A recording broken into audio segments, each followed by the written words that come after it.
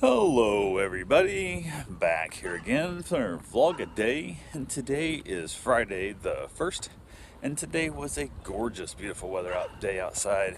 Got warm, actually almost got hot in the sun on the motorcycle sitting around traffic, but overall it's just a gorgeous, beautiful day. Got this morning, of course, hopped in the hot tub like I do. Got down there, waiting for Karen. I said, hey, why don't you pick out something to do? I'm going to let you pick out something to do today. Often she's like, whatever you want, whatever you want. So I'm like, just tell me what you want to do and we'll make it happen, kind of thing. So went ahead, kind of waited around. She didn't make a decision. So I was like, well, I'm going to get some work done. So, morning after New Year's Eve, everybody else is drunk and hungover and hang, and I don't drink. So very rarely, I guess, I drink. It's just I never, because I do drink every now and then. But I had one taste, like literally a sip of some vanilla rum crap that is just disgusting. Oh, it's so gross. Locally made, great guy. Like supporting local, but man, that tastes like shit. So not a fan of it. But I went ahead and basically hung out. So I got decent sleep. We were up past midnight, but was able to get up early in the morning. Hopped up on the roof to trim back some trees. I got some trees that grow down. I cut them way back and do it like once every 5 years, but I love the tree cover. I love it right close to my roof. Every once in a while, during a heavy windstorm, actually, you'd hear it smack the roof, which is definitely not good. And there was enough Spanish moss hanging down and stuff. It gave the ants, I think, a chance to crawl from the tree onto our house. So that right there had to be trimmed back. Not a big fan of it. So you hop on the roof, no big deal. I hate being up on the roof. I don't mind once I'm up there per se, but it's getting back from the roof back onto the ladder that just hate. Like I hate that where I'll hang out on a roof, I'll cut wood, or I gotta cut limbs back and stuff, don't care. But that whole part right there of getting back onto the ladder just freaks me the hell out. I have no idea what it is. So something in my brain just shuts down. It's like that first time you step off the ledge of like a big jump off a bridge up into the water. It's that first jump. It's like, just like you can't feel your foot where the step is, and it's just, I hate it. So not a big fan of it. But I hop on the roof, told Karen I'm going up there, keep an eye out. Luckily the windows are open, gorgeous weather. So if I would fall, she should hear me scream and moan as I hit the ground, so she'd be able to come out and help me. So I head up on the roof, got my trimmers, got my cutters, got my whatever stuff. Did not take chainsaw because I'm hoping I don't need to cut that big of a limb back. So get up on there, and I head a little too far. Now I'm facing west, of course, now on the rest of the roof. And there's where the tree cover is, it's no big deal. Where the dew had set pretty heavy, kind of a little bit of roof sliding, the wetness there. And boy, howdy, I started sliding. And I was probably, I don't know, 4 feet from the roof line up top, and I started sliding down. And I was like, who was I sliding past? Is that like every time I tried to step, I was sliding down as I was trying to go over. So I was trying to get back to the better part of the shingles, didn't have the dew on it. The sun hadn't reached that part yet. And I was like, oh shit. So I was kind of spinning out as I was going south. I was falling west as I was going. So I'm like, as I'm going to the left, I'm falling down the roof line. And I'm like, oh, this is going to suck if I hit that air conditioner. I don't want to hit the air conditioner. I'm like, oh, this is going to be good. And I got probably about 4 feet from the bottom of the roof line. So from 2 feet or so from the top to 4 feet from the bottom is where I finally got traction.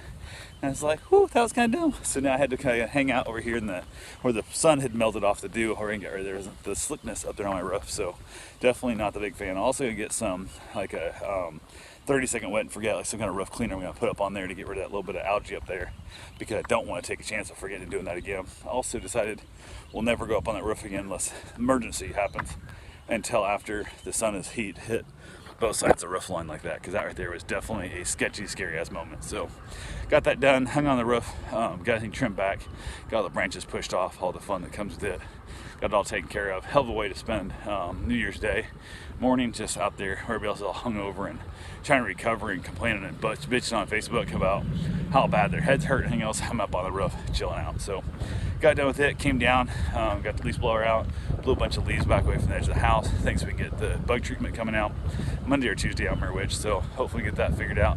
So I spent a big chunk in the morning out in the yard, talked to Karen. She finally was ready to get up and go do something, so she went ahead and said, hey, let's go to the beach. So then she said she wasn't really feeling great, so I went ahead and got my run in and got that all taken care of.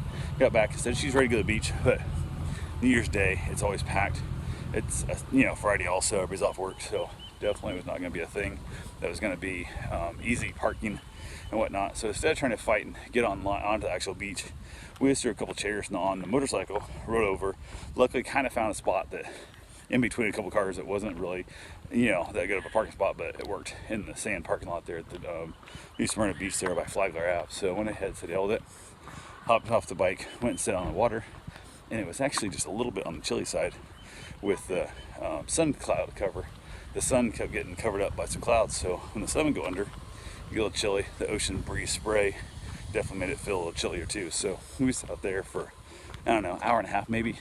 Didn't take a cigar. I knew it was windy enough that it wasn't going to be really enjoyable unless I set up some kind of wind block, and I wasn't doing that. So wasn't going to be really a thing there. So I said hell with it, hung out there for a while, watched people playing, frisbee and stuff, and kicking the ball around, playing the ball, and watched people into the water, and just had ourselves a good time. So watched the lifeguard hop down. He just got put on shift, and apparently thought somebody was struggling, goes running off into the water, gets out there, and the guy he thought was struggling stands up because the water wasn't that deep. So apparently wasn't struggling, the dude just stood up. He's like, oh, and he heads back up on his platform. So we kind of had a good chuckle about that one, but we went ahead and just had fun. Got back on the bike, rode around, dealing with beach traffic on a day like today, man. It's just pure dumb. Oh man, it's one of those things I've realized I'll never live beachside in a town that gets as busy as New Smyrna that's so poorly laid out. Like New Smyrna is great during non-holiday, during non-busy weekends. I love that place. But man, when it gets busy, it gets backed up. Traffic gets ridiculous.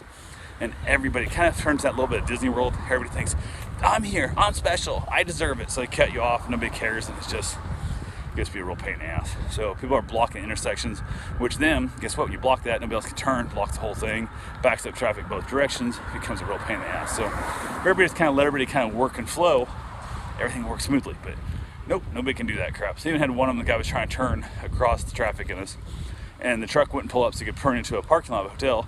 So of course it backs up traffic coming up to there, which backs up far enough that people can't even go to the intersection half a block away, which now we're at 100% dead still, So I was like, what the hell, like just move your truck up a couple feet. I'm back far enough he can roll right through here, and then everybody can start moving again, but nope, won't do it. So just a lot of selfishness of what happens, but it is what it is. So everybody starts the new year off with a lot of that. No social distancing, like people are packed up everywhere. A bunch of people were masked, but not all of them. And like the bars and stuff were just madhouse packed. Absolutely ridiculousness there. But it is what it is. We didn't get near anybody at all, not even close. So I hung out there, headed back to the house, chilled out a little bit, got ourselves a shower, got cleaned up, end up basically not really doing a lot. Decided to watch a movie, which we watched the movie 16 Blocks. It's a Bruce Willis film, trying to get a witness to a courtroom. It's a great little movie. I'd seen it a long time ago. Karen never seen it, so we went ahead and we watched it together. She liked it. I hadn't seen it in a long ass time, so it worked out nice for me to kind of watch it again. Kind of some of the little parts I missed.